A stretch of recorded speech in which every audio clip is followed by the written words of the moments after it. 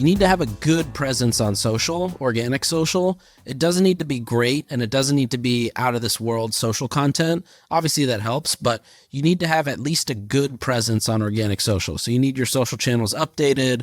They should have good content, things that are relevant to the brand, stories, highlights, etc. So if I'm launching, what does that mean? Do I need to get 12 Instagram photos up there before I really launch? For sure. Okay.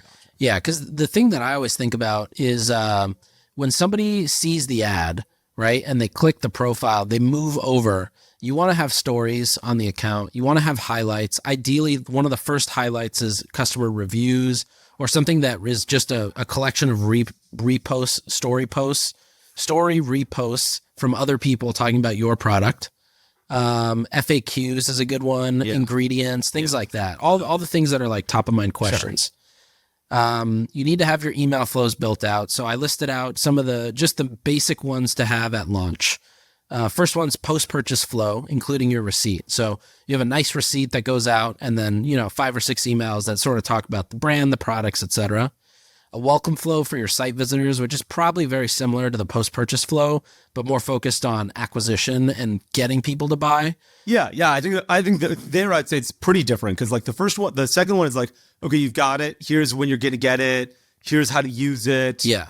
Here are things that you should really love about it. So like, oh, you've been using it for a while. What do you think of it? While a new non-customer flow is going to be like, here's the best. Here's why everyone's buying it. Here's customer review. Like, you don't need to send a review to a guy who just bought it. He bought it. He's going to like have his own review. Yeah, that's a good point. Yeah. I was more thinking of like brand story. Yeah. Oh yeah. Okay. But fully agreed. Yes. The welcome flow should actually be more acquisition focused. Yes.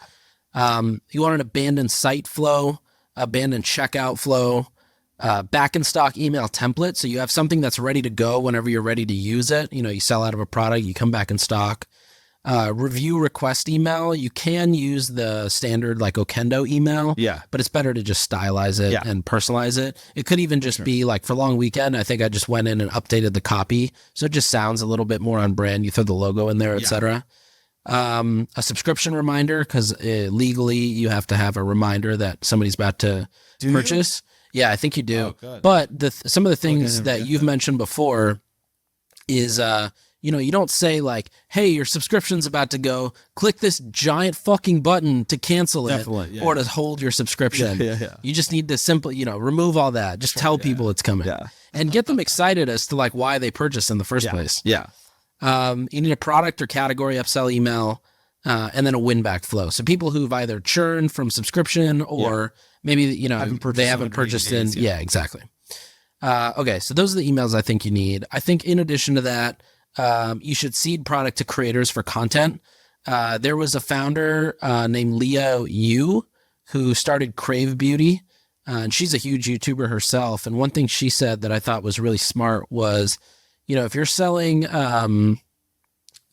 like poop spray, poopery, don't go for people who just have like nice homes or big followings.